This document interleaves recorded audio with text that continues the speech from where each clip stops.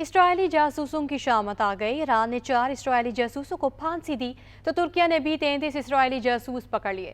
ترکیہ میں اسرائیلی خفیہ agency Mossad کے لیے جاسوسی کرنے کے الزام میں 33 افراد کو گرفتار کر لیا گیا۔ ترک وزیر داخلہ کے مطابق انسداد دہشت گردی کی کارروائی میں پولیس نے 8 صوبوں کے 57 مقامات پر چھاپے مارے۔ اس دوران 33 مشتبہ افراد کو گرفتار کیا گیا۔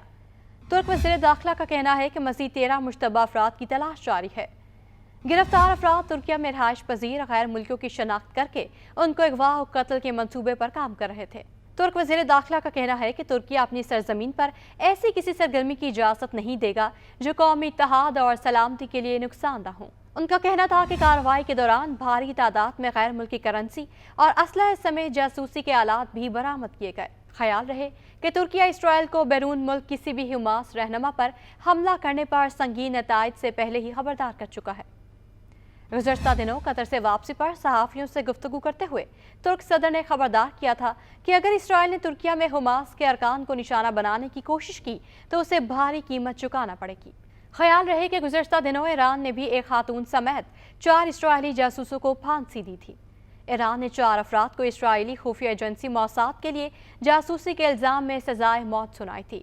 اسے 2 ہفتے قبل بھی ایران نے ان الزامات کے تحت ایک اور شخص کو پھانسی دی تھی۔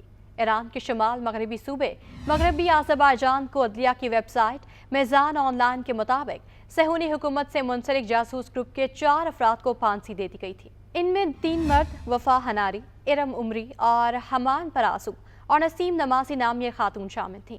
ان افراد کو ایرانی سرزمین پر بدعنوانی پھیلانے اور صہیونی حکومت کے ساتھ تعاون کرنے کے الزام میں سزائے موت سنائی گئی تھی۔ ایران کے مطابق اسرائیل کی جاسوسی ایجنسی موساد کی ہدایت پر اس گروپ نے ملک کی سلامتی کے خلاف کارروائی کی۔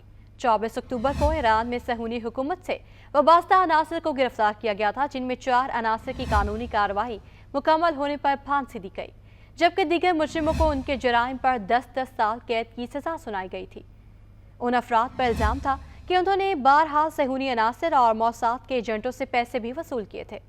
ان صہیونی عناصر نے کئی بار ایران کے سیکیورٹی اہلکاروں کو نشانہ بنانے کی کوشش بھی کی تھی اور مکمل طور پر غاصب صہیونی حکومت کے لیے موساد کی زیر نظر کام کرتے تھے۔